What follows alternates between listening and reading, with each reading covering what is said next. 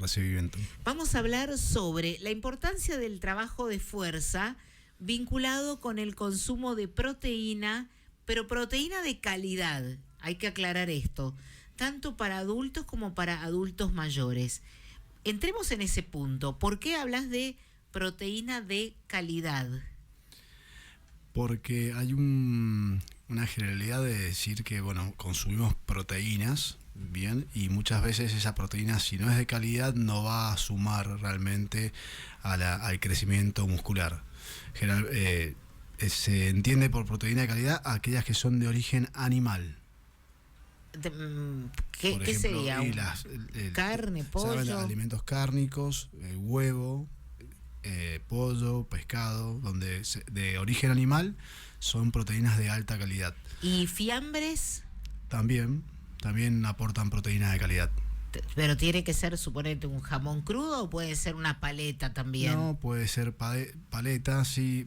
Realmente desconozco, acá la chef capaz me puede asesorar un poquito si el proceso de la paleta tiene alguna modificación de la proteína cárnica, pero en principio creería que sí, que puede ser aportada en ese ¿Rocío? sentido.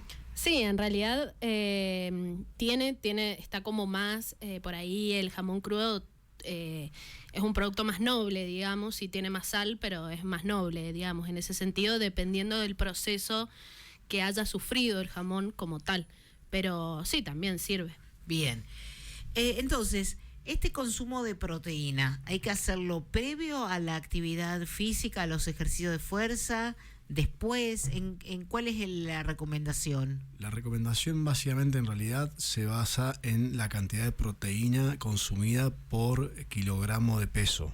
Bien, es decir, si yo peso 100 kilos, obviamente no sería una persona tan delgada, pero bueno, lo pongo como ejemplo, sí. Debería de consumir una cantidad requerida, bien, que se realiza con una fórmula que es muy fácil de sacar, y en esa cantidad de proteínas es donde uno puede deducir que va a llegar al aporte justo.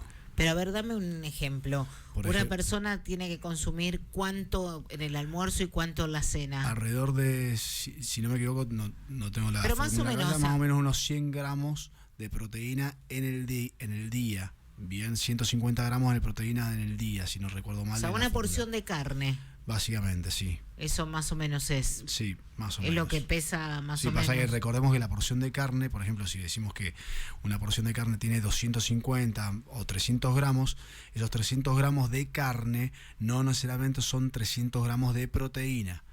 Bien, en esos 300 gramos de carne vamos a obtener más o menos unos 28, 30 gramos de proteínas. Hay que sumarle proteínas. Es decir, hay que tener un consumo de proteínas elevado muchas veces. Bien. Si queremos generar músculo.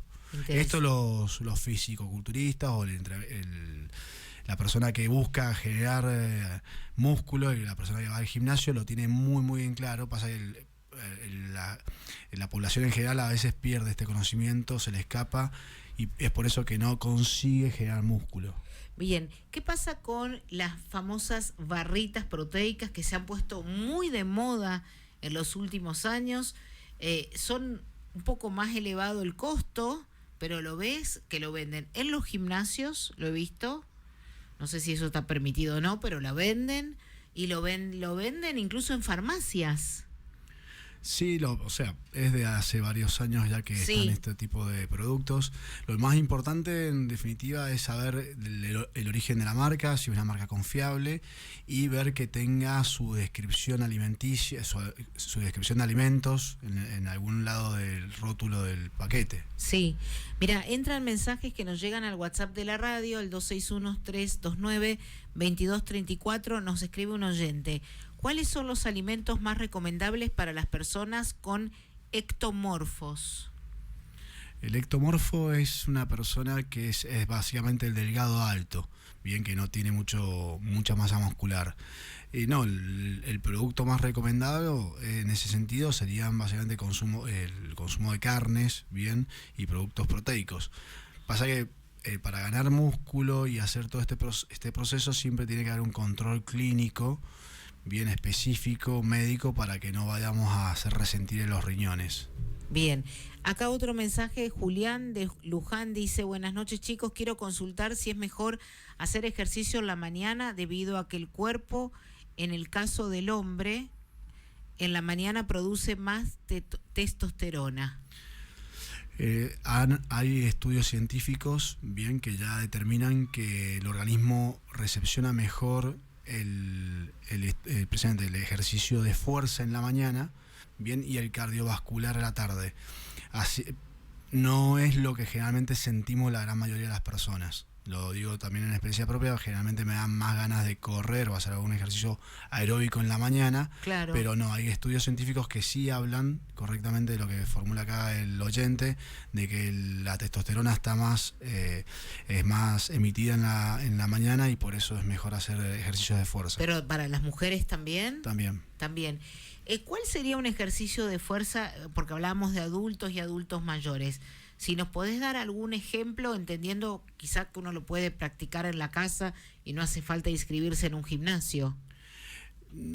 A ver, el asesoramiento profesional siempre es mejor, nos va a hacer llegar más rápido a los objetivos que queremos, pero bueno, son cosas que podemos hacer en casa.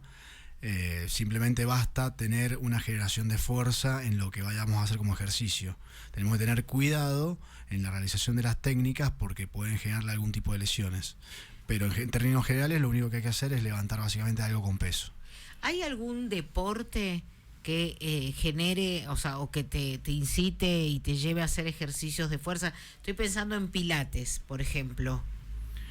El pilates sí, es un ejercicio que, es no es un forma, deporte, está claro, mal lo que dije, es una práctica. Sí. Es una práctica o un tipo de ejercicio que lleva a hacer fuerza, pero está más asociado a la fuerza del propio peso, que lo que muchas veces eso genera ciertas limitaciones. Pero le agregan los resortes. Claro, ya cuando estamos hablando de un pilates con camilla, sí, o pilates con ciertos instrumentos, ahí sí podemos obtener netamente lo que es los resultados del ejercicio de fuerza y la ganancia muscular. ¿Y qué otra práctica?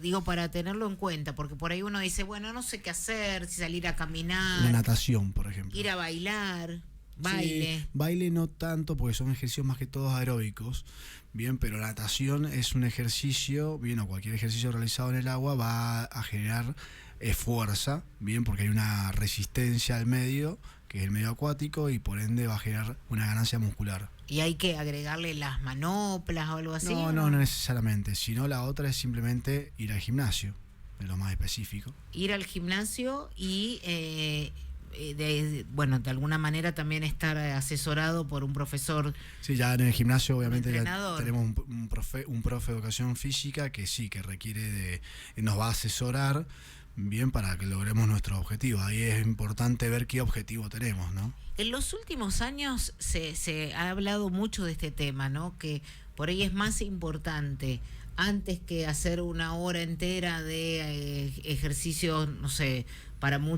generar mucho ejercicio cardiovascular, es más importante ir y hacer ejercicios de fuerza. Sí, es correcto, porque el ejercicio de fuerza hace ganancia muscular. La ganancia muscular te lleva a tener más músculo, aunque parezca redundancia.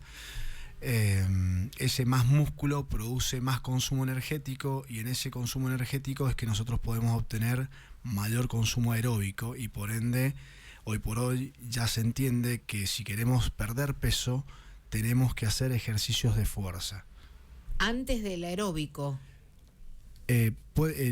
La secuencia no es tan determinante. Si es importante que haya 3 a 4 veces por semana ejercicios de fuerza.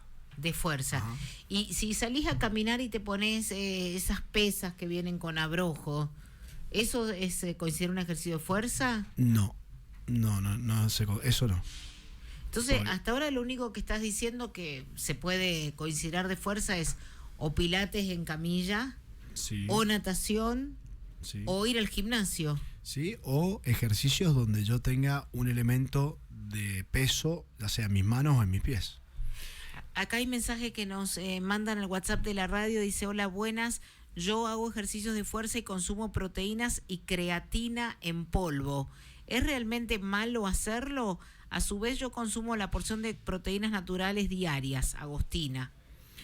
Creatina. No es, o sea, lo que está haciendo estaría bien, obviamente, si tiene su control médico periódico, bien, y eso fue avalado por su médico, porque cuando nosotros ingresemos sustancias como creatina o incluso proteína extra, tenemos que tener en cuenta nuestro nivel de salud en órganos como los riñones, el hígado, bien, porque pueden ser afectados a largo plazo. Y esa proteína, yo te pregunté eso, la proteína que uno compra en tachito, en polvo, ¿está bien eso? Si la proteína es de un laboratorio certificado, está aprobada por la ANMAT, ha sido asesorado por un médico y corresponde, sí, está bien. Bien.